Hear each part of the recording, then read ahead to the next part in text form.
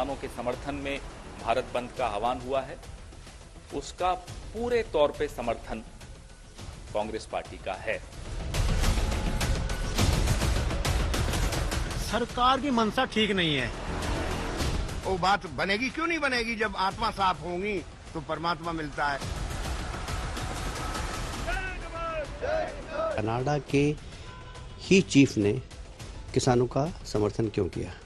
क्योंकि कनाडा में सबसे ज्यादा खालिस्तान समर्थक लोगों को कनाडा ने समर्थन दे रखा है।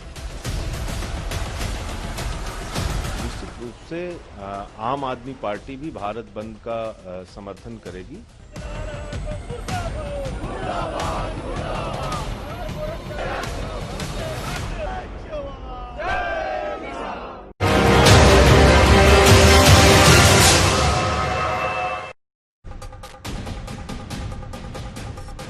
किसान बहाना क्या मोदी निशाना। नमस्कार, शाम के 6 बज चुके हैं। आप देख रहे हैं आज तक। मैं हूं आपके साथ चित्रा त्रिपाठी। वक्त हल्ला बोल का है, लेकिन उसके पहले हम आपको बता दें, किसान संगठनों ने एक बार फिर से सरकार को अल्टीमेटम दिया है कि जब तक तीनों नए कृषि कानून वापस नहीं होंगे तब तक उनका आंदोलन खत्म नहीं होगा। आपको बताते चले, दिल्ली बॉर्डर पर किसानों के आंदोलन का आज 11वां दिन है। 5 दौर की बातचीत अब तक हो चुकी है, लेकिन कोई भी बीच का रास्ता निकला नहीं, कोई फॉर्मूला बना नहीं। और अब एक बार फिर से किसानों ने दो टूक कह दिया है। सुबह से दोपहर 3 बजे तक हमारा चक्का जाम रहेगा। किसान यूनियन की ओर से ये चेतावनी दी गई है। 8 तारीख को पहले ही भारत बंद का ऐलान किसान संगठनों की ओर से किया गया था। 8 दिसंबर को उनका भारत बंद होकर रहेगा। किसानों ने ये सीधे सरकार को चेतावनी देते हुए बातें कही है। आपको बता दें, किसान नेताओं ने अब से कुछ देर पहले प्रेस कॉन्फ्रेंस की और उसमें सरकार को एक बार फिर से चिताया है कि तीनों कृषि कानून वापस ले सरकार, इससे कम पर कुछ भी मंजूर नहीं। आंदोलन को तेज करना हमारा कोई शौक नहीं है। आंदोलन तेज करना हमारा मजबूरी बन गया है, क्योंकि केंद्र सरकार हमसे मजबूर कर रही है। लगातार हमारी जो मांगे हैं, जो देश में तीनों जो खेती विरोधी कानून हैं, उनको बदलने के लिए सरकार अग्रसर नहीं है। ये सारा आंदोलन शांतिपूर्वक होगा। बंद का जो प्रोग्राम है सारे भारत में बंद शांतिपूर्ण होगा और किसी भी व्यक्ति को इसमें बाधा डालने की हम इजाजत नहीं देंगे। ऐसी कोई कार्रवाई होगी तो हमसे सख्ती से उसे लेंगे। इस संयुक्त किसान मोर्चा में शामिल तमाम संगठन बिल्कुल एक राय से ये बात कह रहे हैं, आज से नहीं शुरू से कह रहे हैं कि ये तीनों कानून पूरी तरह से निरस्त किए जाएं। हमने कभी भी इसको छोड़ के कोई पोजीशन किसी ने नहीं ली है। मैं इसलिए कह रहा हूं कि आज मीडिया में कई जगह पे रिपोर्ट हुआ, किसान संगठनों ने अपना रुख कड़ा किया। हमने कड़ा नहीं किया, सरकार को शायद पहली बार सुनाई दिया है। मैं सबको धन्यवाद देना चाहता हूं, सबसे अनुरोध करना चाहता हूं कि अपने झंडे छोड़ के किसान की हैसियत से हर हिंदुस्तानी इसमें शामिल हो। ये हिंदुस्तान का आंदोलन है, अब सिर्फ किसान का भी नहीं बचा, पूरे हिंदुस्तान का आंदोलन है। तो ये दावा किया जा रहा है कि सिर्फ अब ये किसानों का आंदोलन नहीं रहा, ये पूरे हिंदुस्तान का आंदोलन हो चुका है। और इसी के साथ ही 8 तारीख को सुबह से लेकर दोपहर 3 बजे तक भारत बंद होकर रहेगा, चक्का जाम रहेगा। नए कृषि कानून के खिलाफ किसानों का आक्रोश लगातार बढ़ता जा रहा है। अब सरकार से इनकी सीधी एक ही मांग है, वापस लेना होगा तीनों कानून। हालांकि कृषि राज्य मंत्री ने अब किसानों के गुस्से के पीछे विपक्ष की साजिश को वजह बताया है। तो वहीं कमोबेश पूरा विपक्ष मोदी सरकार के खिलाफ किसान आंदोलन के नाम पर लामबंद हो रहा है। सवाल है कि कहीं किसान को बहाना बनाकर प्रधानमंत्री मोदी को, मोदी सरकार को निशाना तो नहीं बनाया जा रहा है। ये रिपोर्ट देखिए, उसके बाद हल्ला बोल में चर्चा की शुरुआत करेंगे।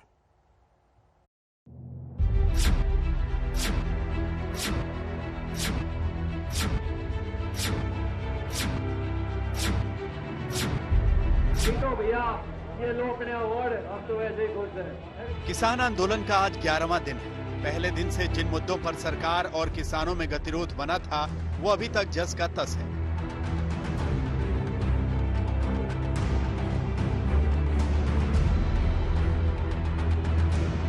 नए कृषि कानून पर समाधान और सुलह की अगली कोशिश 9 दिसंबर को है, लेकिन उससे पहले 8 दिसंबर को सरकार के सामने किसानों के बुलाए भारत बंद से निपटने की चुनौती है। चैलेंज इसलिए बड़ा होता जा रहा है क्योंकि आक्रोशित किसानों के साथ देश के विपक्षी दलों की ताकत भी जुड़ती जा रही है, क्योंकि एक एक करके पूरा विपक्ष सरकार के खिलाफ लामबंद हो रहा है। सवाल है कि कहीं किसान आंदोलन की आड़ में मोदी सरकार पर निशाना तो नहीं बनाया जा रहा। आम आदमी पार्टी भी भारत बंद का समर्थन करेगी और हम लोग पूरे देश के अंदर किसानों का जो आंदोलन चल रहा है उसके साथ खड़े हैं। पार्टी के हमारे नेता और दिल्ली के मुख्यमंत्री अरविंद केजरीवाल जी ने साफ तौर पे कहा है, सड़क से लेके संसद तक विधायक हों, सांसद हों, हमारे कार्यकर्ता हों, सारे के सारे लोग किसानों के आंदोलन के साथ खड़े हैं। देश के किसानों को किसी प्रकार का किसी के झांसे में आने की जरूरत नहीं होती। मैं नहीं समझता कि किसी के बहकाव में आने की जरूरत है।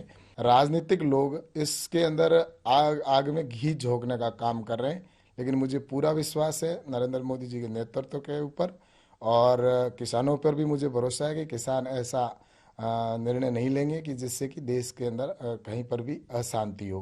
केंद्रीय मंत्री ने खुलकर कहा है कि किसानों को विपक्ष भड़का रहा है। सरकार के मंत्री को शक इसलिए भी हो रहा है क्योंकि कुछ महीने पहले तक बीजेपी की सहयोगी रही अकाली दल और शिवसेना ने भी किसानों के बहाने केंद्र के खिलाफ मोर्चा खोल दिया है। मुंबई में अकाली दल के नेता प्रेम सिंह चंदूमाजरा ने सीएम उद्धव ठाकरे से मुलाकात की।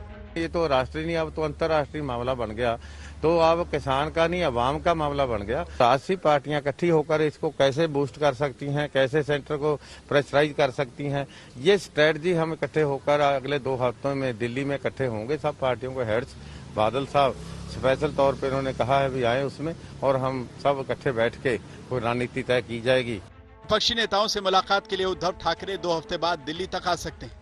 मामला सिर्फ यही नहीं थम रहा। पहले पंजाब के सीएम अमरिंदर सिंह ने किसान आंदोलन का हवाला देकर सरकार को राष्ट्रीय सुरक्षा पर आगाह किया। अब एनसीपी सुप्रीमो शरद पवार नसीहत दे रहे हैं कि अगर सरकार ने अभी ध्यान नहीं दिया तो आक्रोश पूरे देश में फैलेगा। पंजाब हरियाणा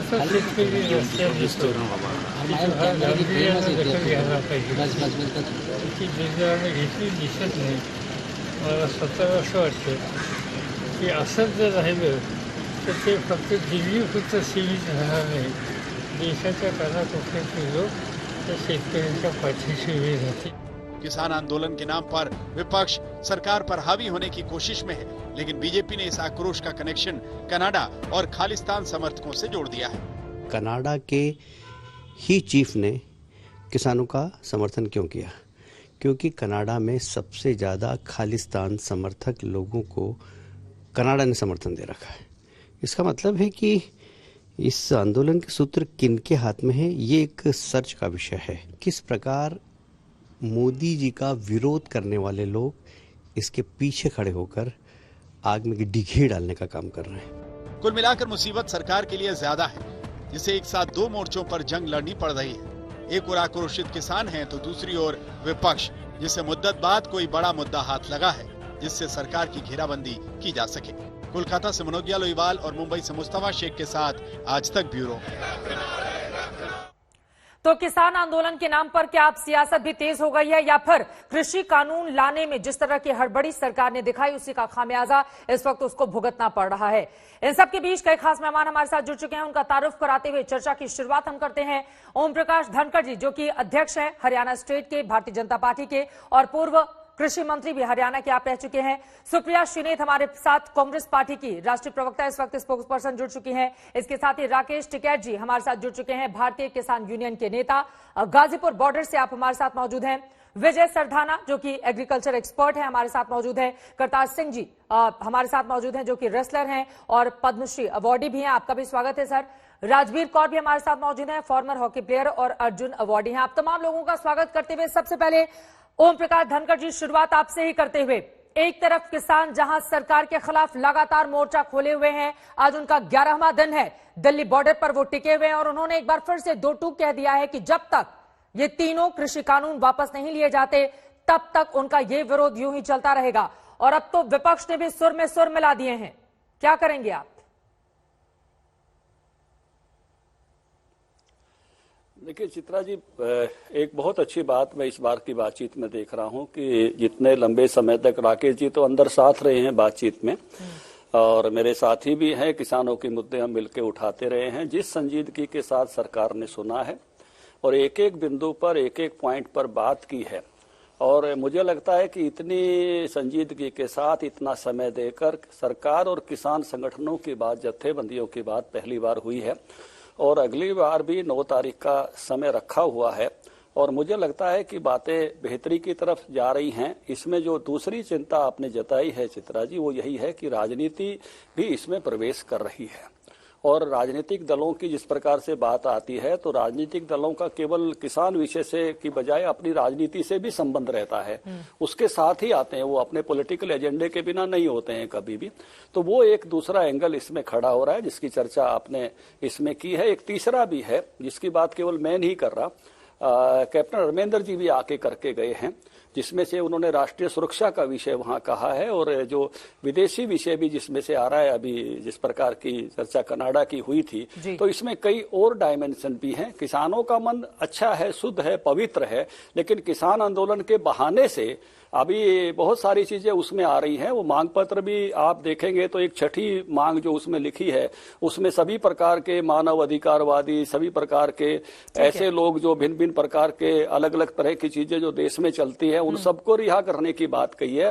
तो जहां एक किसान अपनी बात अपने पवित्र मन से करता है, वहां उसके साथ बहुत सारी चीजें इसमें जुड़ती जा रही हैं। इसलिए निश्चित रूप से ये विषय जिस दिशा में जा रहा है वो पॉलिटिकल उसके साथ जा रहा है। कांग्रेस पार्टी को अपनी रोटी सिकती हुई और फूलती हुई नजर आ रही है, इसी वजह से आप लोगों ने समर्थन कर दिया।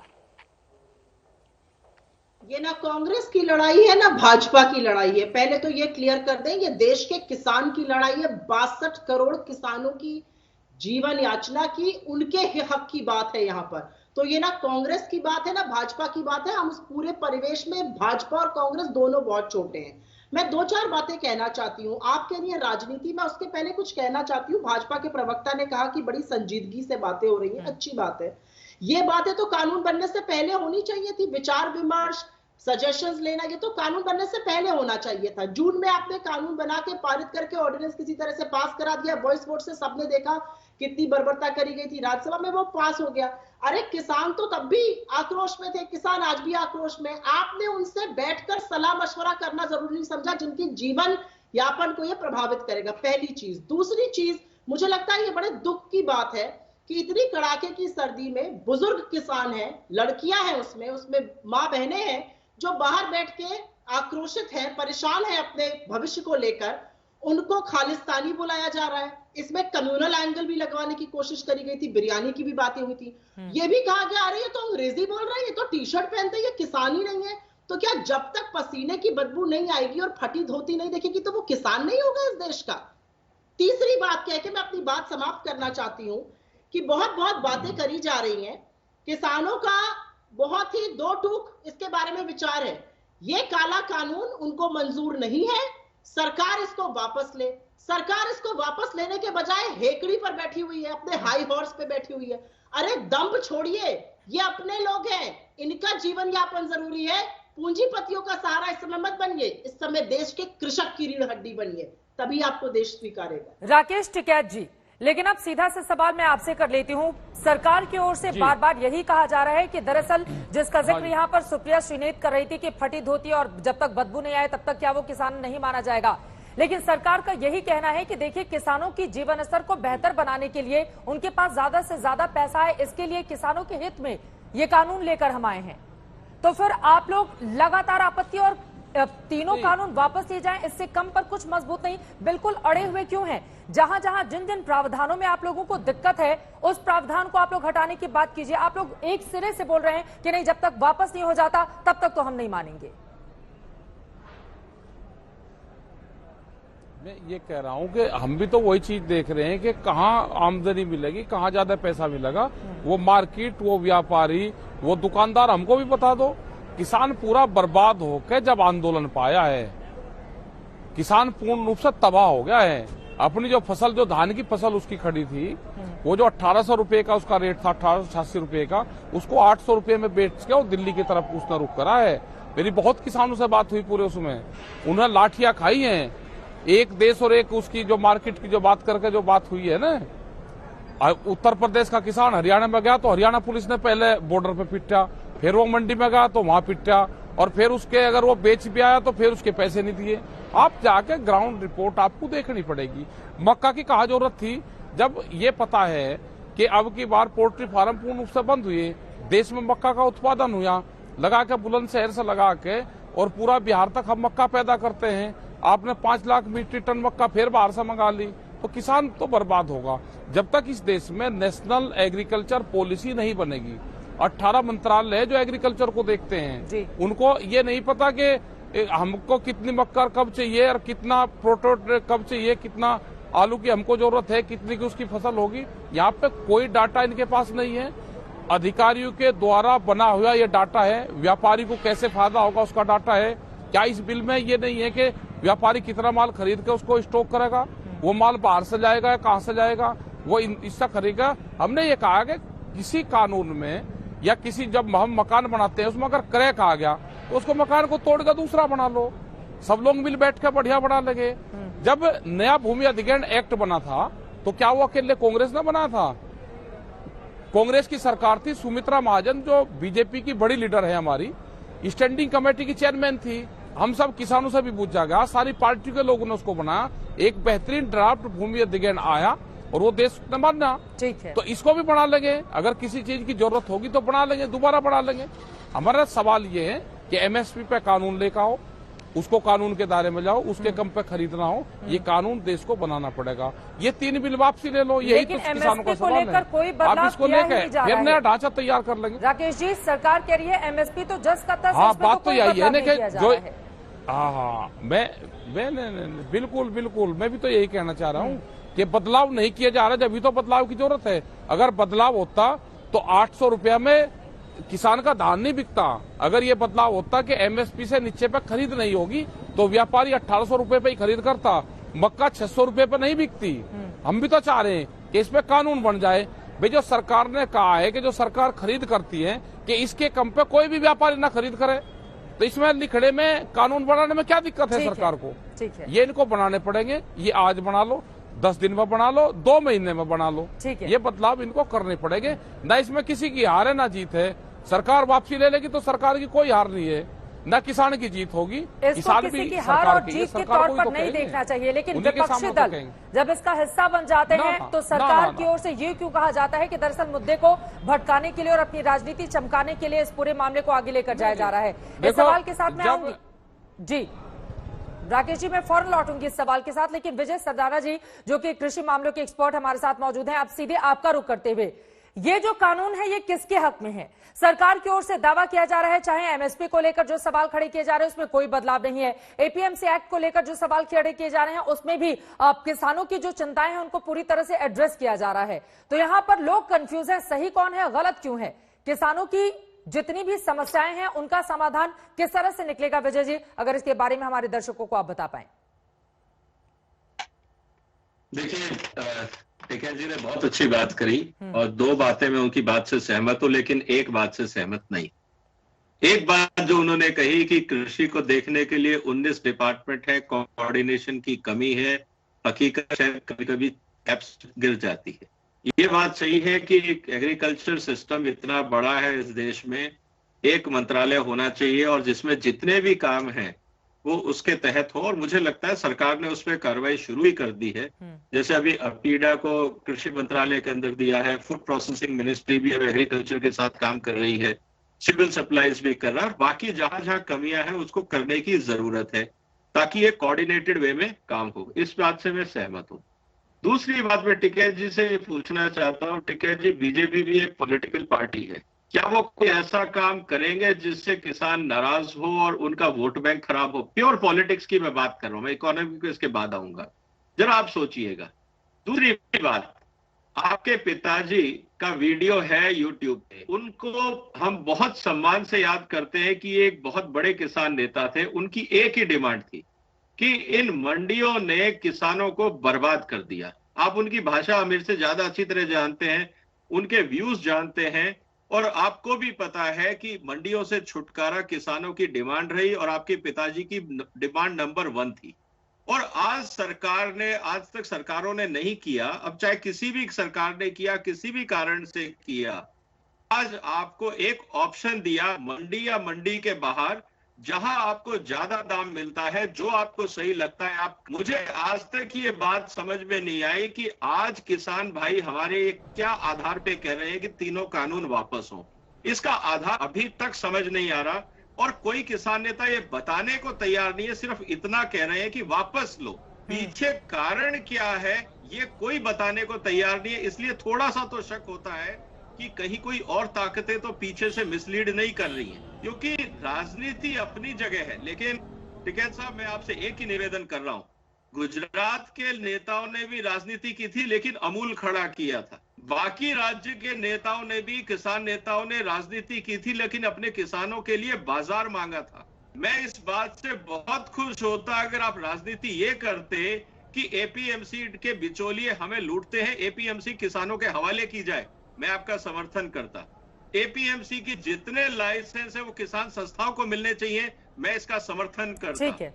लेकिन मुझे अभी तक ये लॉजिक समझ में नहीं आ रहा है कि आपका विरोध किस बात को लेके है। विरोध आप कर रहे हैं, यहां तक समझ में आ रहा है, कारण क्या है, कौन सी लाइन आपको समझ में नहीं आ रही है, ये आप क्यों बताने को तैयार नहीं है। मैं इसलिए थोड़ा सा अनकंफर्टेबल हूं। और बाकी आप किसान का हित ज्यादा जानते हैं, लेकिन बिल्कुल, ये बहुत महत्वपूर्ण बातें विजय सरदाना जी आपने खड़ा की है। अशोक बालियान भी हमारे साथ किसान नेता जुड़ चुके हैं, उनसे भी इस सवाल का जवाब हम जानेंगे। लेकिन राकेश जी, मैं चाहूंगी कि पहले आप इस सवाल का जवाब दे दीजिए, वो कौन से प्रावधान है जिस पर सबसे ज्यादा आपत्ति है? और आपके पिता ने ही, जैसा कि यहाँ पर जिक्र कर रहे हैं सरदाना जी, कि आपके पिता की ओर से ही मंडियों के बाहर इस बारे में मांग की गई थी कि किसान अपनी फसल को बेच पाए, तो फिर क्यों है आपत्ति अब आप लोगों को? देखो, इसमें क्या दिया है कि मंडी में टैक्स रहेगा और मंडी के बाहर टैक्स फ्री होगा, तो मंडियां तो खत्म हो ही जाएंगी थोड़े से दिनों में। हमने ये कहा है कि जब एमएसपी बन जाएगा, किसान मंडी के बाहर बेचो, किसान मंडी के अंदर बेचो, आप एमएसपी को है जी, मैं ये कह रहा हूं मंडियों पे मैं कहा कि एमएसपी को इसमें जोड़ दो ना। बोलिए बोलिए राकेश जी, आप एक करके हम बोलेंगे तो बात समझ में आ पाएगी। एमएसपी पे क्या दिक्कत है सरकार को? एमएसपी अगर बन जाएगी तो कोई भी प्लेयर आएगा, वो आएगा कंपटीशन में, और ये होगा कि उससे कम पे वो बोली नहीं लगाएगा। आप वो बनवा दो, मंडी के बाहर बिकेगा या मंडी के बाहर अंदर बिकेगा, किसान हो जाएगा तैयार, उसमें कोई दिक्कत नहीं है। आप इस पे तो बनवा दो ना पहले। सरकार जो ड्राफ्ट है सरकार लेकर तो आ जाए। सरकार अभी नहीं, आप लोगों से भी सुझाव मांगे गए हैं ना कि पॉइंट वाइज आप सुझाव दीजिए, तो आपके वो कौन से बड़े दो सुझाव सरकार पूरे के पूरे कानून को निरस्त करना ही एकमात्र आप विकल्प मान रहे हैं, या कुछ सुझाव भी आपकी ओर से दिए गए हैं कि इसको अमल में लाकर संशोधन किया जाए?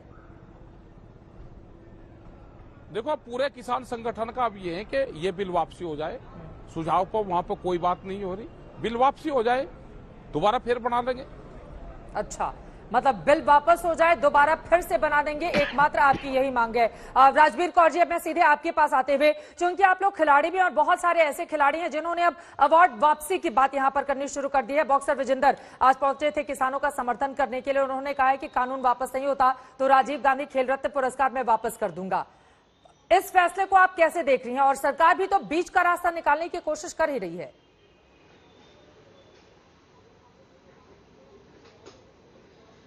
बिल्कुल जी, इनको सरकार को ये सब मांग लेना, अब इनकी जो बातें हैं वो मान लेनी चाहिए, क्योंकि देखो, किसान 4-5 महीने से टोल प्लाजा स्टेशनों पे बैठा हुआ है।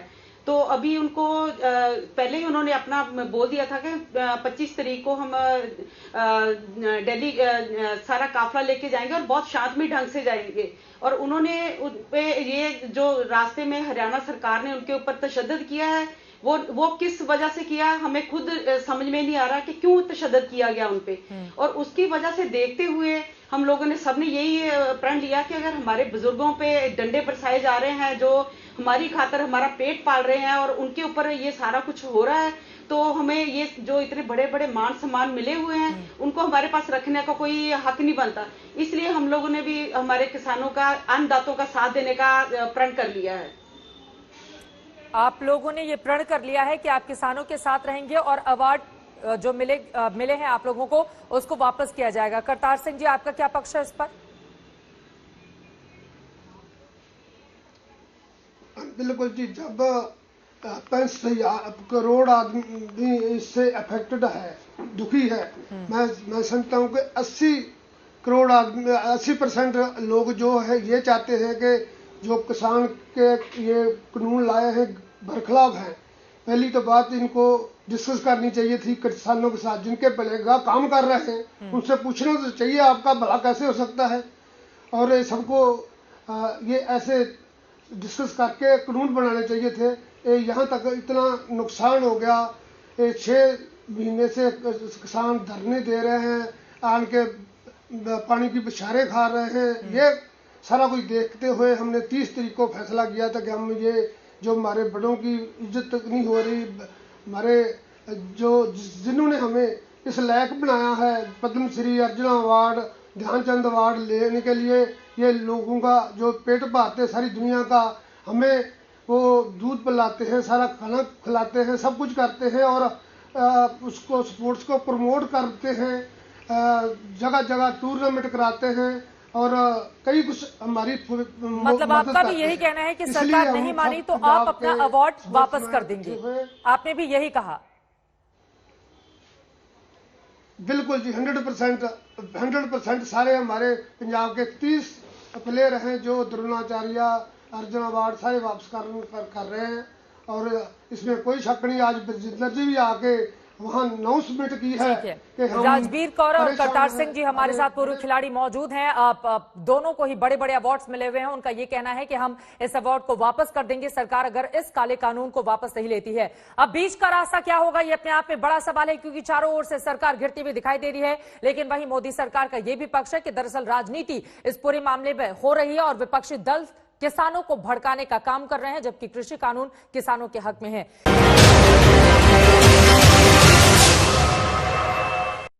किसान बहाना क्या मोदी निशाना, इसी बात को लेकर लगातार हल्ला बोल में हम चर्चा कर रहे हैं। आपको बताते चले 11 विपक्षी पार्टियां मोदी सरकार के खिलाफ किसान आंदोलन के नाम पर लामबंद हो रही हैं। सवाल है कि कहीं किसान को बहाना बनाकर मोदी को निशाना तो नहीं बनाया जा रहा है। लेकिन इन सब के बीच अब सीधे मैं आपका रुख करते हुए ओम प्रकाश धनखड़ जी, देखिए किसानों का अगर कहीं भी आंदोलन होता है, किसानों को लेकर ये देश हिंदुस्तान कितना संवेदनशील है ये बताने की जरूरत नहीं। और कहीं भी अगर इस तरह का आंदोलन होगा तो जाहिर तौर पर विपक्षी पार्टियों को अगर उसमें राजनीति भी नजर आती है या नहीं भी नजर आती है तो भी वो किसानों का समर्थन तो करेंगी ही।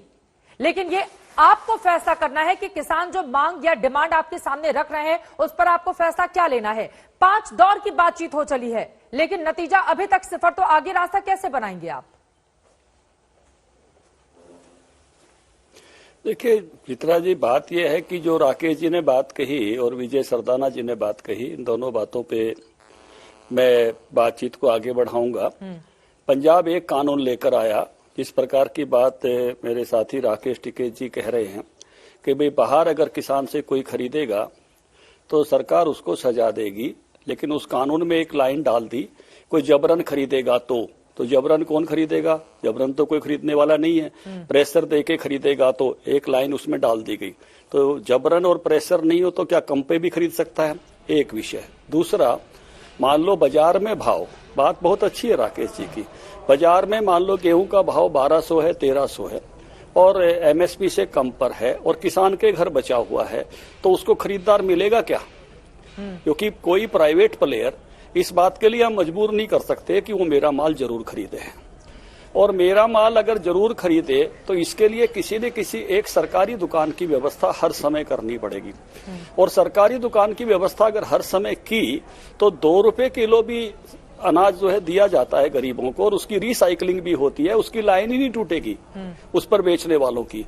क्योंकि ऐसे प्रयोग जो भी हुए हैं उनके कारण से ये चीजें सामने भी आई हैं। तो इसलिए इस व्यवस्था को जो ये कह रहे, क्या पूरे देश का मार्केट हमेशा के लिए कंट्रोल किया जाएगा कि इससे कम पर कोई सामान बेचा खरीदा नहीं जाएगा? क्योंकि भारत में तो अभी ऐसा हुआ नहीं। चाइना में हम सुनते हैं कि कैबिनेट शासन में ऐसा होता है, भाव बता दिया जाता है कि इस समय आप इससे महंगा नहीं बेच सकते या इस समय इससे सस्ता नहीं बेच सकते।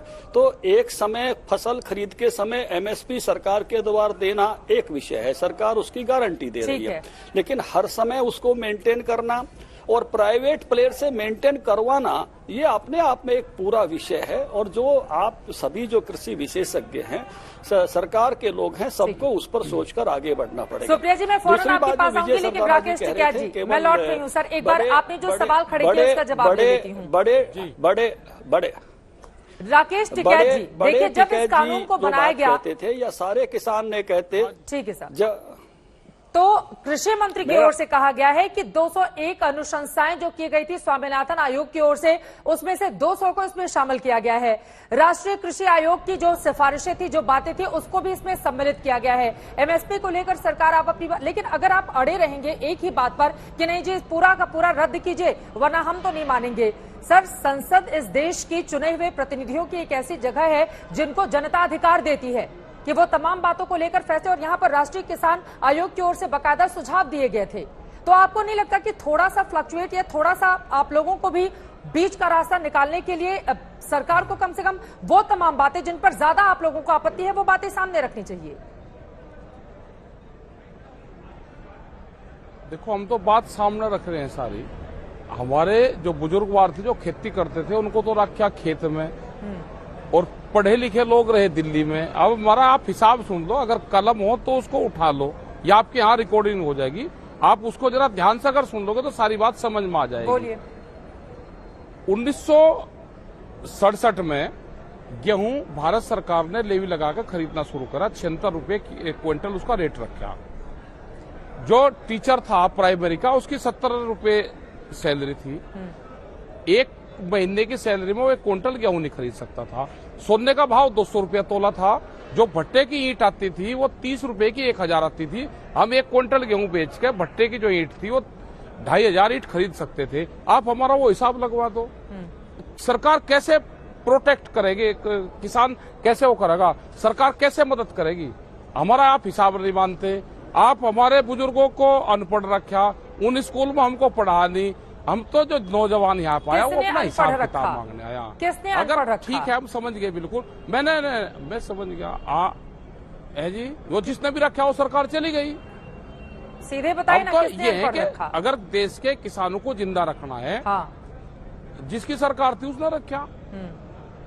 अब सुन लो बात, अब हम मांगने आए हैं, अपना हिसाब किताब लेने आए हैं हम दिल्ली से, ठीक है। अब ये है कि सरकार उनको कैसे बेनिफिट देगी।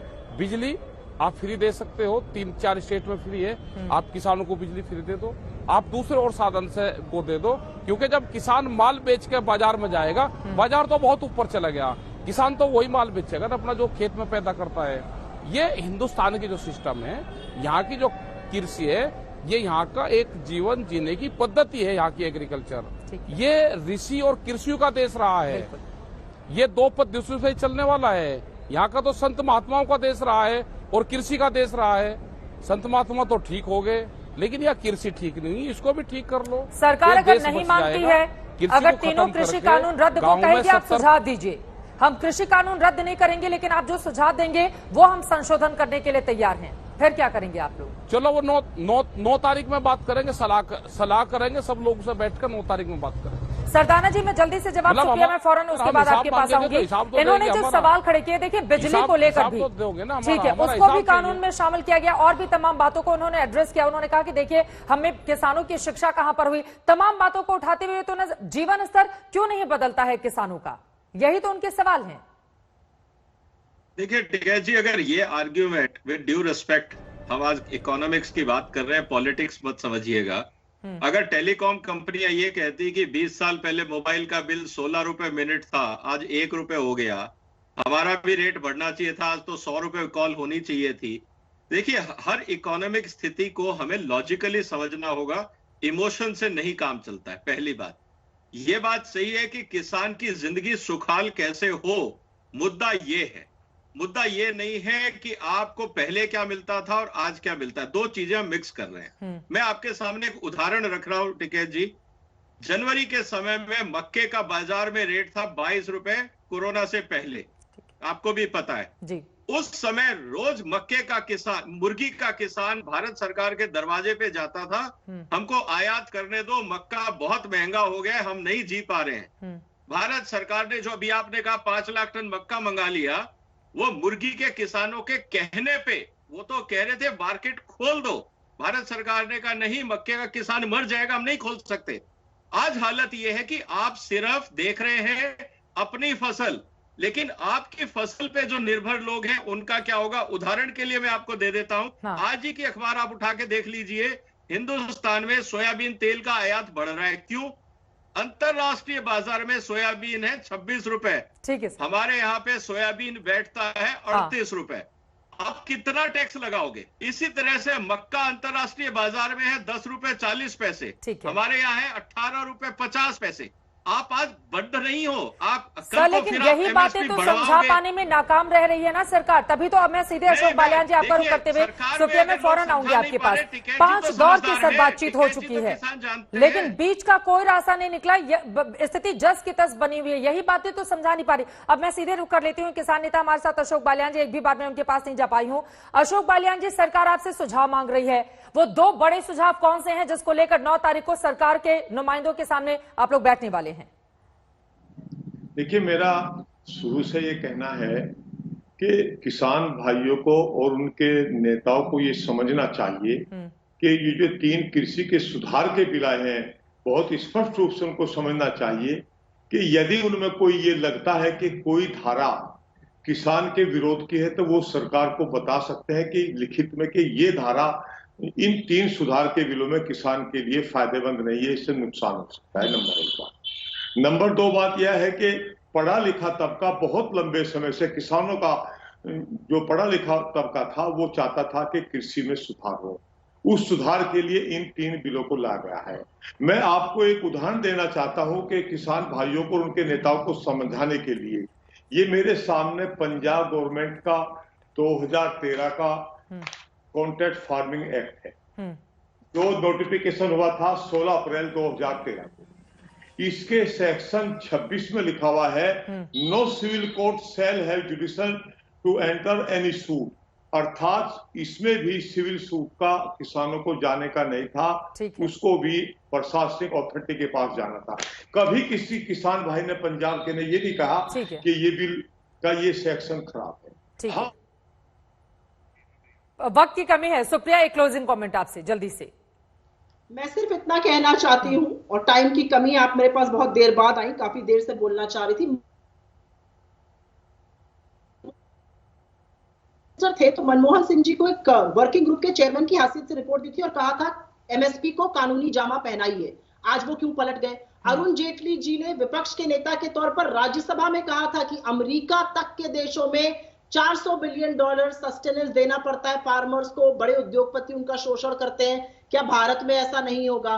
देखिए, जबानी जमा खर्च मत करिए और विपक्ष पे सवाल मत उठाइए। ये किसानों की लड़ाई है, उनके साथ आप खिलवाड़ कर रहे हैं। आज तो धनखड़ जी ने मान ही लिया प्रत्यक्ष रूप से कि हम कैसे तय कर सकते हैं दाम। यही बात आपके कृषि मंत्री ने भी कही है कि हम दाम कैसे तय कर सकते हैं। आपका काम है दाम तय करना। अगर एमएसपी पर आप दाम मंडी के बाहर नहीं तय करिएगा तो जैसे बस पर टैक्स लगेगा और कार पर नहीं लगेगा, बस चलनी बंद हो जाएंगी, कारें बढ़ जाएंगी, वही हमारे किसान भाइयों के साथ होगा। चलिए ठीक है, वक्त की कमी है। आप तमाम मेहमानों का बहुत शुक्रिया हमारे साथ हल्ला बोल का हिस्सा बनने के लिए। बीच का रास्ता कैसे निकालेगी सरकार, अपने आप में ये बड़ा सवाल। 8 तारीख को भारत बंद का आह्वान किया गया है किसानों की ओर से। 11 विपक्षी दल उसका समर्थन कर रहे हैं, जबकि 9 तारीख को सुबह 11 बजे सरकार और किसान एक बार फिर से होंगे आमने सामने।